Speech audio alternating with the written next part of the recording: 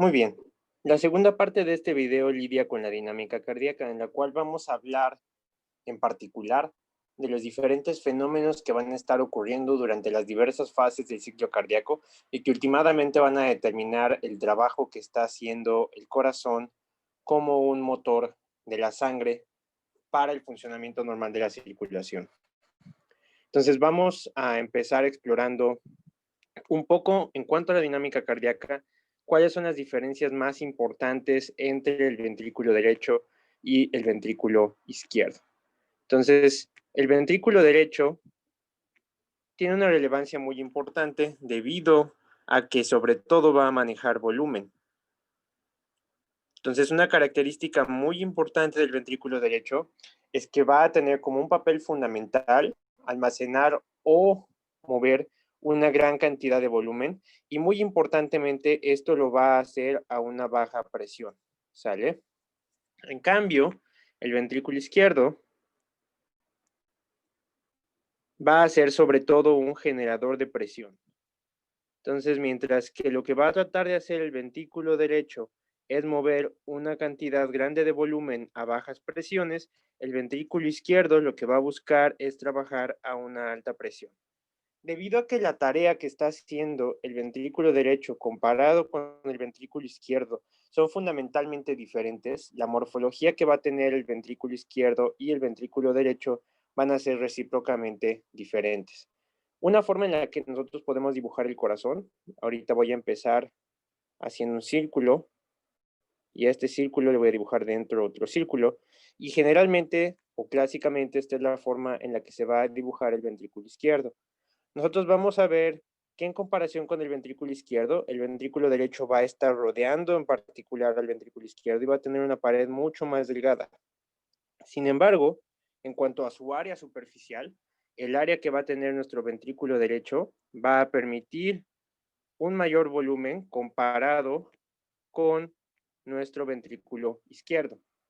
Otra cosa muy importante que van a tener de diferencia es que el grosor de la pared que tiene nuestro ventrículo izquierdo va a ser mucho mayor al grosor de la pared que va a tener nuestro ventrículo derecho. Esto se debe a que la cantidad de presión que necesita generar nuestro ventrículo izquierdo es fundamentalmente mayor, y esto lo voy a poner con dos flechas del lado del ventrículo izquierdo, comparado con la presión que necesita generar el ventrículo derecho.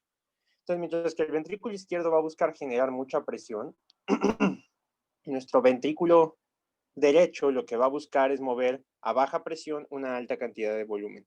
Y esto lo va a hacer de diferentes formas. Nosotros le vamos a llamar a esta porción del ventrículo derecho la pared libre del ventrículo derecho.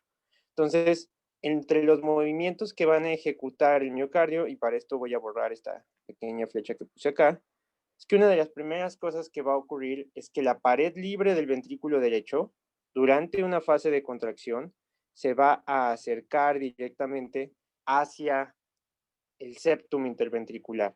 Entonces, esta porción se va a acercar hacia esta porción. De manera importante también lo que vamos a tener es que el septum se va a acercar hacia la pared y ese va a ser otro de los movimientos que van a ejecutar. Debido a que va a tener esto un movimiento importante, se puede mover una alta cantidad de volumen a una baja presión en el ventrículo derecho. Vamos a ver que otro de los movimientos que van a tener en común ambos ventrículos es que van a tener una reducción en general de la distancia que ocurre entre las válvulas atrioventriculares, que voy a dibujar aquí con rojo, y el ápex. Entonces, una reducción longitudinal del ventrículo también va a inducir un efecto como de contracción, como si fuera un tubo de pasta de dientes. Entonces, esto va a estar expulsando o acumulando presión hacia abajo en la sangre, ¿sale? Entonces, nuestro ventrículo derecho va a mover su pared libre, es el septum, y el septum va a tener un ligero movimiento hacia la pared libre, además de una reducción de la longitud del ventrículo. En cambio, nuestro atrio izquierdo, uno de sus principales motores va a ser una reducción del diámetro, entonces no se va a acercar hacia ningún septum, sino que sus fibras circulares van a favorecer precisamente una reducción del diámetro del ventrículo izquierdo, y esta reducción del diámetro del ventrículo izquierdo va a favorecer un aumento muy importante de presión. Entonces, la presión va a aumentar de manera muy notable para favorecer que el ventrículo izquierdo acumule presión y en este caso, los movimientos amplios que está haciendo el ventrículo derecho van a favorecer un movimiento importante de volumen. Eso está ejemplificado aquí. Nosotros podemos ver varios tipos de movimientos. Primero, un acortamiento de la pared libre, o sea, un acortamiento de la cámara de la pared libre del ventrículo derecho, un acercamiento de la pared libre del ventrículo derecho hacia el septum y un acercamiento desde el septum hacia la pared libre del ventrículo derecho. Y lo que vemos es un movimiento importante de sangre debido a que una cantidad importante de volumen se ve movilizada durante la contracción del ventrículo derecho. En cambio, durante la contracción del ventrículo izquierdo, lo que estamos viendo es que va a haber una reducción concéntrica del ventrículo. Vean que la masa ventricular izquierda es muchísimo más grande. Este aumento de la masa también condiciona que cuando se despolariza el ventrículo izquierdo, el eje del corazón esté más desviado hacia la izquierda, debido a que la mayor proporción de la masa miocárdica está ocupada por el ventrículo izquierdo. Y también vamos a tener un acortamiento de la cámara, ¿sale? Entonces, ¿qué pasa si nosotros queremos medir qué tan buenos o malos son los ventrículos ejecutando su función normal ventricular? Pues bueno, una medición que nosotros podemos utilizar para poder entender la función de los ventrículos es la ecocardiografía. Y entonces nosotros vamos a poder medir en la ecocardiografía varias cosas, pero de manera muy importante vamos a poder medir volúmenes. ¿Qué volúmenes vamos a poder nosotros medir en el corazón? El primer volumen que nosotros vamos a poder medir se va a llamar volumen telediastólico. El volumen telediastólico, tele significa lejos o al final de la diástole. Entonces, el volumen telediastólico va a ser el volumen que vamos a estar nosotros observando al final de la diástole, o sea, después de la fase de llenado rápido y después de la fase de llenado lento, la cantidad de volumen que queda al final, a esa se le va a llamar volumen telediastólico. Vamos a poder, si existe el volumen telediastólico, también va a existir el volumen telesistólico. Entonces, el volumen telesistólico conceptualmente es un poco diferente del volumen telediastólico porque corresponde al volumen que queda en el corazón posterior a que se lleva a cabo tanto la eyección rápida como la eyección lenta. Y este es un concepto importante. El corazón no se queda vacío, ¿sale? Entonces, si el corazón no se queda vacío y queda un poco volumen, el volumen que queda después de que se lleva a cabo la contracción del ventrículo se le llama volumen telesistólico. Entonces, nosotros vamos a definir que la diferencia,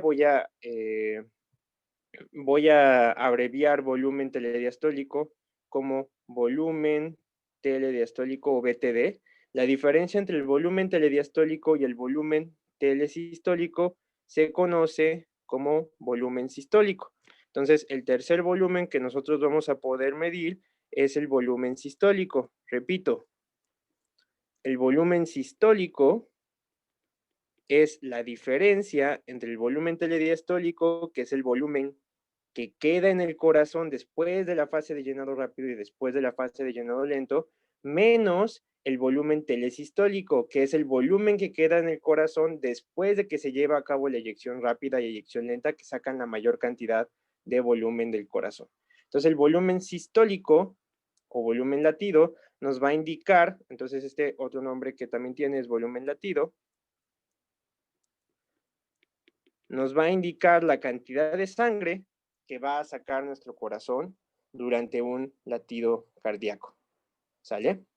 Y entonces, otra métrica importante que va a poder sacar nuestro electrocardio o nuestro ecocardiograma es sacar la fracción de eyección. Y la fracción de eyección o FE va a ser igual a la cantidad de volumen que va a sacar nuestro corazón, que como ya vimos se llama volumen sistólico, y lo que nos interesa ver es qué tanto del volumen sistólico se está sacando con respecto al volumen total que maneja el corazón una vez que se llena. Entonces va a ser volumen sistólico sobre volumen telediastólico. Esta fracción de eyección nos va a hablar entonces de la cantidad de sangre que sale durante un latido cardíaco con respecto al volumen total que queda después del llenado. En un individuo normal, si nosotros multiplicamos esto por 100, nosotros vamos a esperar que una fracción de eyección normal ocurra en un individuo con una fracción de eyección mayor al 55%, ¿sale? Y entonces cuando la fracción de eyección disminuye, esto se puede deber a una, ya sea disminución del volumen sistólico, y esto se puede ocasionar debido a una falla, por ejemplo, de la función de bomba del corazón, en la cual la contracción del corazón no va a ser tan eficiente, o también se puede deber a una falla de llenado del corazón, ¿sale? Que debido a que disminuye el volumen sistólico, también pueda disminuir el volumen telediastólico, y eso se puede llamar una falla cardíaca diastólica, ¿sale? Entonces, nosotros vamos a tener que un determinante muy importante de la función del corazón va a ser el volumen telediastólico. Entonces, nos va a interesar saber cuánto dura la diástole. Entonces, si nosotros medimos más o menos cuánto dura la sístole del total del ciclo cardíaco, cuánto dura la sístole y cuánto dura la diástole, la mayor parte de la función del corazón se va a llevar a cabo en realidad en la diástole, ¿sale? Entonces, la diástole va a tomar el mayor tiempo durante el ciclo cardíaco, y esto tiene sentido porque entre más se llene nuestro corazón, más volumen vamos a poder mover. ¿Qué pasa, por ejemplo, cuando aumenta la frecuencia cardíaca? Cuando aumenta la frecuencia cardíaca, o sea, cuando nuestro nodo sinusal dispara con mayor rapidez, nosotros vamos a tener que la sístole no va a cambiar de manera importante, y de hecho se va a volver uno de los determinantes más importantes cuando aumenta la frecuencia cardíaca, pero sí puede disminuir la diástole, ¿sale? Entonces, un aumento de frecuencia cardíaca puede inducir una disminución de diástole, y esto puede traer consecuencias adversas muy importantes para la función del corazón. Cuando nosotros queremos mejorar la función del corazón, una de las cosas que nosotros podemos hacer es aumentar el periodo de la diástole. Si nosotros aumentamos el periodo de la diástole, nosotros tenemos un llenado del corazón más efectivo, y si tenemos un mejor llenado, vamos a tener una mejor función sistólica del corazón. Esto lo vamos a ver en el siguiente video, ahora que explique el mecanismo de Frank Starling, ¿sale? Entonces voy a borrar esta parte, nada más recordar que la diástole es la parte más larga del ciclo cardíaco y por ende es una de las partes más importantes para determinar la función normal del corazón. Ahora vamos a ver que cuando vimos el diagrama de Biggers, nosotros consideramos que el corazón derecho y el corazón izquierdo tenían fenómenos que ocurrían más o menos al mismo tiempo. Vamos a ver que esto no es del todo cierto. Aquí tenemos nuestro corazón derecho y aquí tenemos nuestro corazón izquierdo. Vamos a ver que como el nodo SA está más cerca del atrio derecho, inicialmente nosotros vamos a tener una contracción atrial más pronto, esto es tiempo, y entonces tenemos que nuestra contracción atrial ocurre primero en el corazón derecho que en el corazón izquierdo. Sin embargo, y esto tiene que ver también con la función de los ventrículos, vamos a ver que la contracción ventricular va a iniciar antes en el corazón izquierdo con respecto a cómo va a iniciar en el corazón derecho. Hay algunas otras diferencias también, y esto es que el corazón derecho, una vez que se abre, por ejemplo, o que después de la contracción atrial, recuerden, se cierran las válvulas AB, después se da la contracción isovolumétrica, y esta flechita que está aquí en rojo. La contracción isovolumétrica en el corazón derecho es más corta que en el corazón izquierdo, y esto tiene sentido porque el corazón derecho opera a menor presión, mientras que el corazón izquierdo opera a mayor presión. Entonces, la contracción isovolumétrica es mayor o dura más en el corazón izquierdo porque requiere acumular más presión que el corazón derecho. Entonces, debido a que la contracción isovolumétrica es más corta en el corazón derecho, la válvula pulmonar se va a abrir antes, ¿sale? ¿Y qué va a pasar durante la fase de eyección? Durante la fase de eyección tenemos que nosotros primero abrimos la pulmonar y después abrimos la aórtica. La aórtica maneja muchísimo más presiones. Entonces, cuando se da la eyección, el cambio también va a ser más súbito. Y entonces, aunque se abrió más tarde la aórtica en el corazón izquierdo, se va a cerrar antes la aorta, la válvula aórtica, perdón. Y entonces, esta ventana se debe a que las altas presiones que maneja la válvula aórtica inducen un periodo de eyección comparativamente más corto. En cambio, en el corazón derecho nosotros vamos a tener un periodo de eyección más largo debido a que las presiones son más bajas, el volumen que queremos mover es más amplio y esto va a inducir que la pulmonar se abre antes y cierra al final, mientras que la aórtica se abre segundo y cierra primero. ¿Sale? Entonces todo esto puede ocasionar, o esta disociación entre la función de la válvula aórtica y la válvula pulmonar va a ocasionar que nuestro S2, que se debe al cierre de la pulmonar y al cierre de la aórtica, se pueda oír partido, ¿sale? Entonces esto ya lo vieron seguramente en IBC y vieron que su válvula aórtica y su válvula pulmonar, su S2, se puede oír desdoblado, sobre todo si lo escuchan, por ejemplo, en el foco pulmonar. Y esto puede ser más marcado si ustedes hacen una inspiración. ¿Por qué? Porque cuando ustedes hacen una inspiración, la presión intratorácica baja. Entonces, la disminución de la presión intratorácica va a inducir un movimiento de sangre desde las venas hacia el atrio derecho. Y esto va a inducir un aumento, como vamos a ver después, en el inotropismo, lo cual puede inducir también que haya un mayor desdoblamiento del S2. ¿Sale? Entonces, vamos a ver que aunque conceptualmente, y como vimos en el video pasado, los fenómenos están ocurriendo al mismo tiempo, esto no necesariamente es el caso para todas las cámaras cardíacas. ¿Sale? Vamos a ver entonces que si nosotros vemos la presión que necesita acumular el ventrículo derecho, vean que la presión que acumula es muchísimo más baja, ¿sale? Entonces nuestro ventrículo derecho no necesita acumular tanta presión como nuestro ventrículo izquierdo. Este ventrículo izquierdo necesita vencer la presión de la válvula aórtica y esta válvula aórtica abre a muchísimo más presión. Por ende, la presión que se necesita acumular durante las fases isovolumétricas, que están marcadas aquí en rojo y en verde, va a ser muchísimo mayor la que se necesita acumular y la que se necesita liberar con respecto a lo que vamos a ver en nuestro corazón izquierdo. Eso también implica que el flujo de sangre alcanza una mayor velocidad. Cuando veamos hemodinamia, vamos a ver que esta mayor velocidad en el flujo aórtico puede inducir que se ocasione flujo turbulento y este flujo turbulento va a ser el responsable de que se escuchen soplos. Entonces, ahorita no vamos a verlo, solamente quiero que entendamos los fenómenos dinámicos del corazón, pero debido a que se necesita acumular más presión y esto acumula más energía cinética en la sangre, esto va a inducir una mayor velocidad de la sangre en la aorta con respecto a la pulmonar y esto puede inducir que se puedan escuchar soplos con mayor facilidad cuando hay una afección de la válvula aórtica. ¿Sale? Entonces nosotros en cardiología clínica, nosotros podemos tomar y medir diferentes presiones en diferentes puntos del ciclo cardíaco. Entonces, por ejemplo, nosotros podemos introducir un catéter de Swan-Ganz y nuestro catéter de Swan-Ganz se va a introducir directamente a través del sistema venoso, directamente hacia el atrio derecho y se va a colocar la cuña directamente hacia la arteria pulmonar, por eso a veces se le conoce presión en cuña de la arteria pulmonar.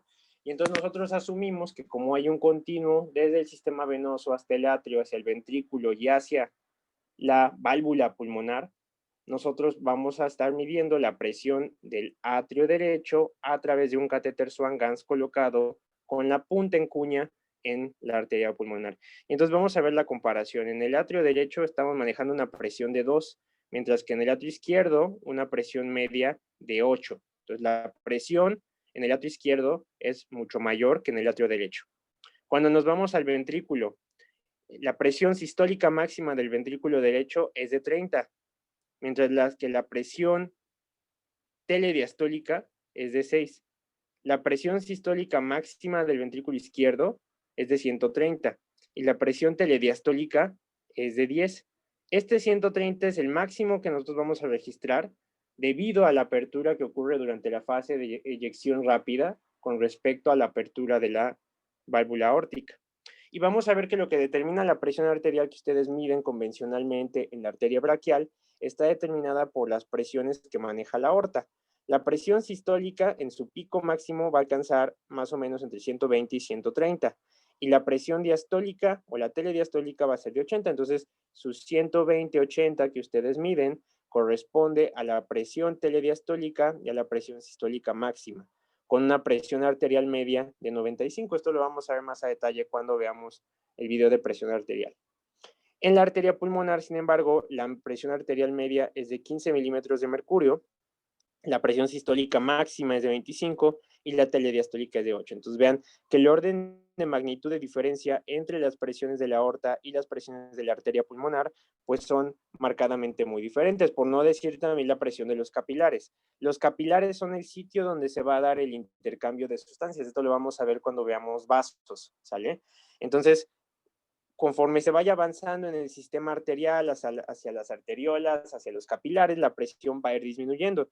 Entonces, aún así los capilares sistémicos tienen una presión muchísimo mayor que los capilares pulmonares. Y esta presión baja de los capilares pulmonares es lo que va a favorecer también la oxigenación de la sangre. Y esto lo vamos a ver cuando veamos neumo, ¿sale? Entonces, ya entendimos que nuestro ventrículo derecho va a tratar de movilizar volumen. Este volumen se quiere movilizar porque queremos que vaya hacia la circulación pulmonar y se favorezca su oxigenación. Y en el ventrículo izquierdo, nosotros vamos a buscar generar presión. Esta presión es indispensable para que la sangre se distribuya de manera uniforme a lo largo de todo el organismo. Entonces, vamos a ver que nuestro corazón va a buscar una relación presión-volumen óptima, ¿sale? Entonces, en el diagrama de Biggers ya vimos hace un video, o dentro de esta misma clase, pero al principio, que nosotros vamos a tener un gráfico donde vimos primero la presión, y de hecho se los voy a poner para que lo vean, donde vimos primero la presión, que es este gráfico que tenemos aquí arriba, y luego el volumen, que es este gráfico que tenemos aquí abajo. ¿Qué pasa si nosotros vemos la presión y el volumen al mismo tiempo? Vamos a ver qué información podemos sacar sobre el ciclo cardíaco cuando vemos un gráfico de presión-volumen al mismo tiempo. Entonces, nosotros vamos a empezar igual como empezamos en el ciclo cardíaco, con la contracción atrial o al final de la contracción atrial, ¿sale? Pero ahora, para que quede un poco más claro, vamos a empezar en el momento en el que se abren las válvulas AB. Entonces aquí voy a poner AB con rojo, no, con verde, perdón, indicando que es el punto donde se están abriendo las válvulas atrioventriculares. Entonces aquí se están abriendo, ¿sale? Y entonces lo que vamos a tener es un movimiento de sangre, ¿sale? Entonces vamos a tener un movimiento de volumen. El cambio va a ocurrir a lo largo del eje del volumen. ¿Por qué? Porque nosotros vamos a pasar de un volumen a otro debido a que vamos a tener la apertura de las válvulas AB va a favorecer el llenado de los ventrículos, ¿sale? Entonces vamos a tener un movimiento de este punto a este punto, ¿sale? Entonces, vamos a hacer cambio de volumen hasta un punto en el cual se cierren las válvulas atrioventriculares. Entonces, este cambio de volumen va a estar dictado por la fase de llenado rápido y la fase de llenado lento, ¿sale? Y entonces estamos en este punto en el cual tuvimos nuestra diástole. Debido a que se abrieron nuestras válvulas AB, se favoreció primero un llenado rápido, aquí pudiéramos poner un punto intermedio, y después nuestra fase de llenado lento hasta que se cierran las válvulas AB. Quedábamos que están cerradas nuestras válvulas, están abiertas nuestras AB, pero nuestras semilunares, y aquí lo voy a poner en diagonal, están cerradas, ¿sale? Aquí se cierran nuestras AB y también están cerradas nuestras semilunares. Y lo que vamos a tener ahora es que nuestras válvulas AB y nuestras válvulas semilunares van a estar cerradas y el ventrículo va a necesitar generar presión. Entonces, en nuestro gráfico presión-volumen, lo que vamos a tener es ahora un aumento de presión pero no vamos a tener un cambio en el eje del volumen, porque es isovolumétrica esa contracción. Entonces vamos a tener un aumento de presión y nuestra presión va a aumentar hasta que llegue a un punto en el cual venza la presión de las semilunares y entonces se abran las semilunares, les voy a poner con verde, pero nuestras atrioventriculares siguen cerradas. ¿Sale? Entonces, ya que se abrieron nuestras válvulas semilunares, ahora vamos a tener, y esto ocurre al principio de la sístole, en donde vamos a tener una fase de eyección rápida. Voy a borrar este 55%, nada más lo voy a poner aquí arriba para que se acuerden todos ustedes, que 55% es la fracción de eyección normal que nosotros buscamos en un individuo. Y entonces lo que vamos a tener es que una vez que se abren las válvulas semilunares en nuestro gráfico presión-volumen, vamos a tener un aumento de volumen debido a la eyección. Entonces, más que aumento, una salida de volumen y entonces por lo tanto vamos a movernos hacia acá en el eje porque el volumen dentro del ventrículo va a estar efectivamente disminuyendo, aunque dije aumento hace un momento, el volumen dentro del ventrículo va a disminuir y entonces vamos a llegar a un punto en el cual la presión va a cambiar lo suficiente para que se cierren de nuevo las válvulas semilunares y las atrioventriculares. ¿Sale? Y entonces ahora, ya que se llevó a cabo primero la eyección rápida y después la eyección lenta, y esto va ocurriendo aquí a lo largo del eje del volumen, nosotros ahora tenemos un punto donde tenemos de nuevo las válvulas cerradas y presión acumulada y necesitamos regresar a este punto. Entonces lo que vamos a hacer es disminuir la presión. Y entonces esto va a ser relajación isovolumétrica. Esto es contracción isovolumétrica. Esto es eyección. Y esto es llenado. ¿Sale? Y entonces nosotros vamos a tener una gráfica de presión y volumen. Voy a repetir todos los puntos. Principio del ciclo cardíaco, bueno, no estamos precisamente al principio, sino es principio de la diástole. Se abren nuestras válvulas atrioventriculares. Eso favorece el llenado rápido hacia los ventrículos desde los atrios, ¿sale? Después va el llenado lento porque ya no hay tanto gradiente de presión. Se empieza a llenar el ventrículo hasta que se iguala la presión atrial y la ventricular y se cierran las atrioventriculares. Con las atrioventriculares y las semilunares cerradas, se genera presión, o sea, se empiezan a contraer los ventrículos, eso lleva a una contracción isovolumétrica. La contracción isovolumétrica empieza a acumular presión hasta que se abren las válvulas semilunares. La apertura de las semilunares induce una eyección primero rápida, después una eyección lenta, y conforme baja la presión del ventrículo, se va a llegar a un punto en el cual las atrioventriculares y las semilunares se cierran, y entonces necesitamos disipar la presión acumulada, y entonces se lleva a cabo la relajación isovolumétrica. Acá es como está esquematizado, ya más bonito y no con mis garabatos, y entonces vamos a recordar rápidamente cómo se llevan a cabo estos fenómenos. Entonces partimos desde el punto A y en el punto A se abre la válvula mitral. Estamos hablando ahora del atrio izquierdo directamente. Tenemos una fase de llenado rápido hasta B. Después de B a C vamos a tener una fase de llenado lento hasta que se iguala la presión del ventrículo y el atrio y se cierra la válvula mitral.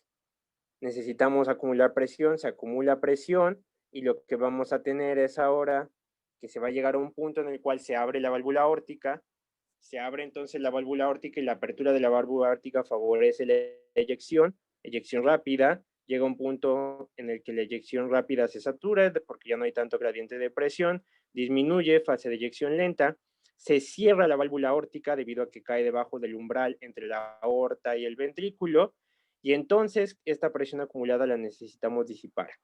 Y algo que no comenté en el otro gráfico es que precisamente este volumen que nosotros alcanzamos acá es el volumen telediastólico, ¿sale? Entonces esto lo voy a dibujar para que no se nos olvide, pero entonces esta diferencia que nosotros tenemos desde 0 hasta acá va a ser nuestro volumen telediastólico, ¿sale? Y el volumen que queda al final de la sístole, entonces de este punto hasta F, o sea, desde el eje hasta F, va a ser el volumen telesistólico. Y si recordamos, volumen telediastólico menos volumen telesistólico es igual a volumen sistólico. Y ese volumen sistólico es este, ¿sale? Entonces, la diferencia entre esta línea y esta línea va a ser el volumen sistólico o volumen latido que se va a manejar durante un ciclo cardíaco. Repito, volumen telediastólico desde el 0 hasta este punto, ¿sale? Nos va a indicar la cantidad de sangre con la que se llena el corazón al final de la diástole. Volumen telesistólico, se lleva a cabo la contracción isovolumétrica, eyección rápida, eyección lenta, pero vean que este F no se va hasta acá, sino que queda una diferencia entre F y el eje. A esta diferencia es la cantidad de sangre que queda en el corazón y se le llama volumen telesistólico. A la diferencia entre volumen telediastólico y volumen telesistólico se le llama volumen sistólico o volumen latido. ¿Sale? Y entonces este es un gráfico presión-volumen. Ahora, perdón, muy importantemente, este gráfico presión-volumen nos va a indicar algo muy relevante sobre la función del corazón. Aquí se me borró la S, este es un volumen sistólico. Y es que si nosotros tomamos un gráfico presión-volumen, lo voy a dibujar ahora aquí un poco más pequeño, entonces partimos de acá hacia acá, contracción isovolumétrica, eyección, ajá, y nosotros recordar es presión contra volumen, y si nosotros tomamos todo el área que está aquí, incluyendo esta que está aquí abajo de esta curva, nosotros vamos a tomar que este es el trabajo que se realiza durante un ciclo cardíaco, ¿sale? En física nos enseñaron que trabajo, denotado por una letra W, es igual a fuerza por distancia, ¿sale? Entonces nosotros podemos partir el trabajo que está haciendo nuestro corazón en dos partes, en este y en este, ¿sale? Este que está aquí arriba es el trabajo que está haciendo nuestro corazón y tiene que ver con el volumen sistólico, tiene que ver con la acumulación de presión que va ocurriendo durante las fases de contracción y relajación isovolumétrica, y queda esta diferencia. Esta diferencia es la que va a favorecer que se lleve a cabo la diástole, esta que ocurre aquí abajito, ¿sale? Sin embargo, durante la diástole, nosotros vamos a tener un llenado pasivo del ventrículo. Este llenado pasivo del ventrículo se debe a que hay un trabajo que ejerce la sangre. Entonces, este trabajo lo hace la sangre y esto queda ejemplificado en este diagrama muy bonito que pone el borón. Entonces, el borón dice que durante la diástole, el llenado del corazón va a ser pasivo y esto va a estar dado sobre todo por la sangre. La sangre va a favorecer ese trabajo que va a favorecer el llenado del ventrículo. Este es el trabajo que está haciendo el corazón. Sin embargo, si le restamos el trabajo que está haciendo la sangre, va a quedar nuestro gráfico presión-volumen que vimos hace un momento y esto nos va a indicar la cantidad de trabajo que está haciendo nuestro corazón. ¿Sale? Y bueno, y todo esto, ¿para qué se los estoy diciendo? Nosotros tenemos que entender un concepto importante que nos va a ayudar a una implicación muy relevante del tratamiento. Esto es, ¿cómo está trabajando nuestro corazón? ¿O qué es lo que el corazón genuinamente está haciendo? Entonces vamos a pensar, nosotros tenemos que el trabajo en física está definido por fuerza multiplicado por distancia. La fuerza que va a estar generando nuestro corazón va en realidad a estar mediada por la presión que va a generar. Entonces nosotros podemos sustituir el término de fuerza por el término de presión en el corazón. Y nosotros podemos tomar y multiplicar la presión por la distancia, pero nuestro corazón no va a correr un maratón. Lo que quiere hacer nuestro corazón es mover una cantidad de volumen. Entonces nosotros podemos expresar esto multiplicándolo por volumen, ¿sale? Entonces los cambios en presión y en volumen, o en la relación presión-volumen, nos van a hablar del trabajo que está haciendo presión-volumen el corazón, ¿sale? ¿Para qué hace el corazón un trabajo de presión-volumen? Lo hace para mover sangre. Ahora, nosotros podemos, y de hecho ya habíamos comentado, lo comenté muy brevemente y ahora lo vamos a formalizar, que hay un término que va a tener nuestro corazón, que es la energía cinética que va a tener la sangre. Entonces, el corazón genera presión para mover volumen, pero este volumen que se va a mover se va a dar porque la sangre va a adquirir energía cinética. Y entonces en las clases de física vimos que la energía cinética es igual a 1/2 por m por v al cuadrado, ¿sale? Entonces esta fórmula nos va a estar hablando de la porción que maneja de energía cinética nuestro corazón, ¿sale? Entonces esto lo voy a marcar con azul, que esta es la energía cinética de la sangre. Ahora, algo muy interesante y que a lo mejor los va a sacar un poco de onda es que la cantidad de trabajo que representa la generación de presión y la energía cinética para el corazón va entre 3% en reposo a 10% durante el ejercicio. Entonces, en realidad lo que está haciendo de trabajo el corazón para generar presión, para mover volumen, para otorgar energía cinética a la sangre y que se mueva, va a ser muy bajita. Y entonces ustedes van a decir, y entonces el otro 90%, ¿de dónde está saliendo ese trabajo del corazón o qué es lo que está haciendo? Y bueno, eso va a estar mediado por un término que voy a poner aquí en verde, que es K, que es una constante, y la constante nada más es para ponerlo en términos de energía, y que multiplica la tensión de la pared del corazón por un periodo de tiempo determinado. Entonces, ¿a qué me refiero con la tensión? Y esto lo voy a poner, no es atención, sino tensión. La tensión que va a generar la pared del corazón tiene que ver con un concepto muy importante, que es la contracción. Si recordamos, cuando nosotros pensamos en el músculo, tenemos dos tipos de contracción. La contracción isométrica, en la cual lo que nosotros acumulamos es fuerza mediante el tono, pero sin que cambie la longitud del músculo. Y la contracción isotónica, donde cambia la longitud del músculo, pero no cambia el tono. Entonces, cuando nosotros tenemos una contracción isométrica, lo que va a estar es que va a cambiar el tono, pero no va a cambiar la longitud. Entonces ya dijimos que trabajo es fuerza por distancia, pero la distancia en el corazón es en realidad el volumen. Entonces, una contracción isométrica, en realidad en el corazón es una contracción isovolumétrica, ¿sale? ¿Por qué? Porque isométrico es que no cambia la distancia, pero el corazón no corre maratones, el corazón mueve sangre. Entonces, la tensión se acumula durante la fase de contracción isovolumétrica, ¿sale? Entonces, durante la fase de contracción isovolumétrica, el corazón acumula muchísima tensión y esta tensión es la que es necesaria para favorecer la generación de presión para mover volumen. Esta tensión que va a estar acumulando la pared durante la contracción isovolumétrica después se tiene que disipar durante la relajación isovolumétrica, que en el gráfico presión-volumen está esquematizado en este segmento del gráfico, ¿sale?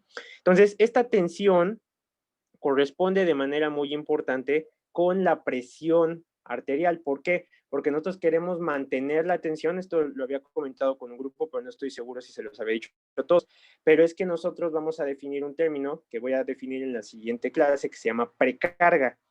La precarga se refiere a la cantidad de fuerza que necesita generar el corazón para llevar a cabo una contracción y generalmente está indicado por el retorno venoso. Entonces, el retorno venoso es la cantidad de sangre que llega al atrio derecho. Y esto va a indicar al corazón la cantidad de fuerza que va a necesitar generar el corazón para contraerse, para movilizar esa cantidad de sangre.